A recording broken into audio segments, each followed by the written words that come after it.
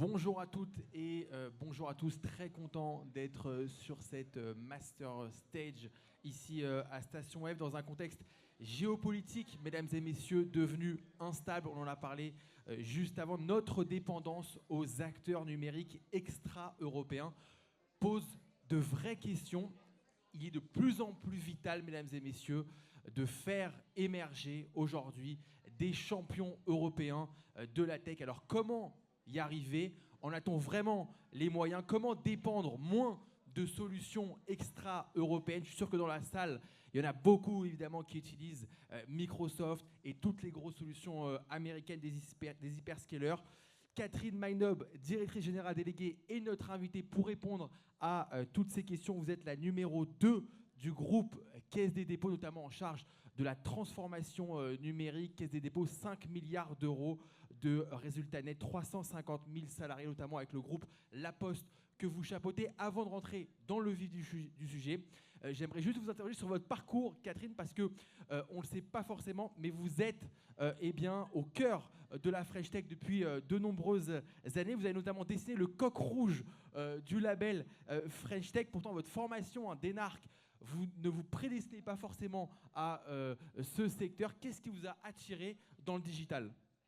Bonjour à tous, merci Julien. Effectivement, je suis tombée dans la marmite du numérique il y a 15 ans lorsque j'ai rejoint le groupe Caisse des dépôts. À l'époque, j'étais en charge du fonds pour la société numérique, qui était le premier pilier du programme d'investissement d'avenir. C'est avec ce fonds qu'on a tiré de la fibre optique un peu partout en France. Et c'est avec ce fonds qu'on a commencé à essayer de développer des usages. Et puis j'ai effectué pour une ministre de l'époque qui s'appelait Fleur Pellerin une mission qui s'appelait Paris Capitale Numérique. Et donc oui, je l'avoue, le petit coq rouge, c'est moi. On n'avait pas de budget de com, donc on a fait de l'innovation frugale. Et en tout cas, on est aujourd'hui à Station F dans un des premiers livrables de cette mission, l'idée d'avoir un lieu emblématique de nos ambitions en France, à Paris, et puis avec tout un écosystème que j'ai la fierté de voir grandir partout dans le monde du petit coq, qui depuis a pris plein d'autres couleurs. Alors, on rentre dans le vif du sujet. La Caisse des dépôts joue un rôle d'accompagnement très fort dans les entreprises. Vous avez notamment 50% de BPI France. Quelle est aujourd'hui votre ambition pour la tech française et européenne ? Alors notre ambition, elle est très forte. C'est une des priorités du mandat d'Olivier Sichel, notre nouveau directeur général depuis quelques mois. On va le faire en faisant ensemble avec toutes les entités du groupe. Vous avez parlé de BPI France, le groupe La Poste. Tout ce qu'on sait faire en mutualisant et en prenant, en faisant un effet de levier sur toutes nos expertises et toute la force du bilan du groupe Caisse des dépôts. Donc on va financer encore plus qu'on le faisait jusqu'à présent le secteur de la tech. On va continuer à opérer. On a des petits fleurons dans notre groupe comme DocaPost. Et puis on va accompagner nos parties prenantes, que ce soit les professions juridiques, les professions de santé, le secteur public, le secteur financier, qui sont nos bassins naturels, pour justement développer à chaque fois, certes l'offre, mais le volet usage et demande. Et l'objectif, donc, c'est de faire émerger des champions européens de la tech. Est-ce qu'on a vraiment les moyens en Europe de financer ces champions par rapport aux États-Unis, à la Chine ou à d'autres acteurs ? Alors aujourd'hui, l'intention de notre feuille de route, c'est pas d'essayer de rivaliser ou d'aller sur le marché, je dirais, du B2C, grand public. Nous, notre feuille de route, elle est vraiment tournée sur ce qui, en tout cas pour nous, est une opportunité stratégique au niveau européen et au niveau national. Et ce qui fait vraiment sens pour nous, les entreprises, c'est nos cœurs de métier, c'est nos modèles opérationnels. Donc c'est ça qu'on veut adresser. On va le faire en allant chercher plusieurs effets de levier. Le premier effet de levier, c'est déjà le nôtre. Aujourd'hui, pour vous donner un ordre d'idée, on a investi au cours des 5 dernières années à peu près 1 milliard d'euros. Là, on va quintupler notre effort, et ce faisant, on va avoir un effet d'entraînement et un effet de levier dans le pays qui va être beaucoup plus important. Et puis surtout, on va dans une optique européenne, parce que la solution, elle ne peut être que de soutenir des champions à la taille européenne actuellement à nos yeux. On va aller chercher des petits copains de jeu, que ce soit des entités qui ont le même ADN que la Caisse des dépôts, qui est un investisseur de long terme, ou unir, dans le cadre de l'Union et le marché du capital, en Europe, des financeurs qui vont pouvoir nous aider à investir dans des sociétés qui ont la capacité à passer à l'échelle et à développer des écosystèmes. Et il y aura toute la place pour les startups. Alors pourquoi aussi en Europe, selon vous, on n'a pas assez de champions européens comme aux États-Unis, comme en Chine? On a Spotify, on a SAP, mais il n'y en a pas encore, par exemple dans l'intelligence artificielle générative, on a Mistral évidemment, mais qui n'est pas encore de la taille d'OpenAI ou d'Anthropic par exemple. Qu'est-ce qui ferait en Europe, qu'est-ce qu'on pourrait activer comme levier pour permettre de faire émerger véritablement des champions européens comme aux États-Unis ou en Chine? Alors, le levier qu'on veut activer, c'est celui de la demande. Enfin, on dit que l'offre est assez segmentée et fragmentée en France et en Europe, c'est vrai. Et donc, on veut notamment, au travers de l'accompagnement d'un certain nombre de champions européens, travailler sur la demande. Ça ne tient qu'à nous de redéfinir la façon dont on consomme les technologies. Aujourd'hui, on part d'un diagnostic où 80% des solutions qu'on utilise dans nos entreprises, elles sont extra-européennes. On part d'un diagnostic qui est que quand on regarde la chaîne de valeur du numérique en Europe, eh bien, on a plein de points de fuite, c'est-à-dire qu'on n'en capture pas la valeur et qu'on n'en tire pas les gains en termes de compétitivité, que ce soit pour la filière ou pour nos entreprises. Et puis on tire le diagnostic que même si depuis 10 ans, on a beaucoup arrosé tout le terrain de l'innovation en France, notamment avec l'action extraordinaire que fait BPI France, pour autant, force est de constater qu'on n'a pas beaucoup de champions. Donc on va mobiliser les financements pour accompagner ceux d'entre eux qui sont capables de développer des stratégies qui vont nous permettre de contribuer à l'autonomie stratégique de l'Europe, y compris avec des alliances tactiques ou stratégiques. C'est le cas de Mistral avec ASML. Mais surtout, nous, on lance un appel à développer la demande. Ça ne tient qu'à nous. Et il faut qu'on change nos façons de voir, qu'on change nos pratiques d'achat et qu'on accepte collectivement de prendre plus de risques. On pense que le jeu en vaut la chandelle, parce que là, quand on parle de ces solutions-là, on parle de ce qui est au cœur de nos procédés, au cœur de notre compétitivité. Et aujourd'hui, on sait bien que le sujet, il est plus simplement de savoir où sont stockées nos données. Ça, c'était le sujet de la décennie précédente. Aujourd'hui, le sujet, il est de savoir avec quels données sont entraînés les modèles. Et là, honnêtement, on n'a plus du tout envie de jouer. Et alors, est-ce que vous sentez justement de la part de la demande, des chefs d'entreprise par exemple qui sont dans la salle et de toutes les structures d'accompagnement, est-ce que vous sentez qu'il y a un changement des mentalités pour moins dépendre des acteurs extra-européens de la part de nos agents économiques? Alors, il y a un joli mot qui est le momentum. Il y a un momentum. Plus sérieusement, on s'est quand même tous réveillés avec un peu la gueule de bois il y a quelques mois, en regardant effectivement la façon dont on a construit nos stacks numériques et en s'apercevant qu'on était dépendant et vulnérable. Donc il y a une prise de conscience à tous les niveaux. Madame la ministre, je pense, l'a tout à fait porté lors de son intervention dans la table ronde précédente. Il y a une prise de conscience au niveau politique. Il y a une prise de conscience au niveau des acteurs économiques. Moi, je suis dans un groupe financier.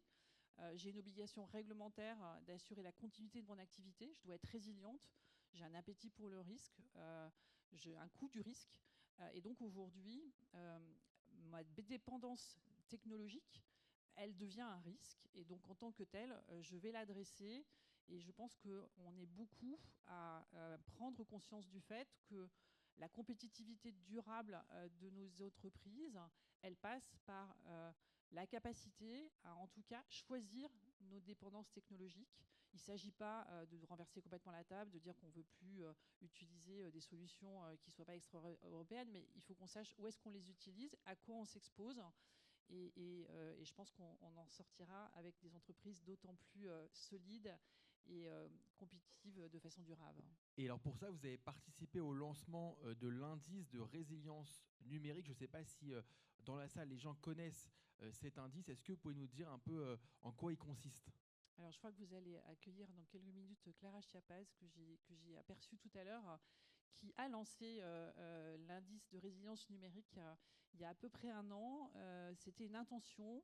En un an, on a beaucoup travaillé avec un certain nombre de grands groupes, la Maïf, le groupe Caisse des dépôts, RTE, EDF, pour passer de l'intention à quelque chose d'opérationnel à ce stade pour les grands groupes. C'est quoi l'IRN? C'est pas un zinzin pour les technos, c'est un objet compréhensible pour les COMEX, les équipes de direction et les conseils d'administration pour évaluer quel est notre degré de dépendance technologique, la qualité, la quantité des expertises que l'on a dans nos entreprises pour garantir la résilience de nos activités.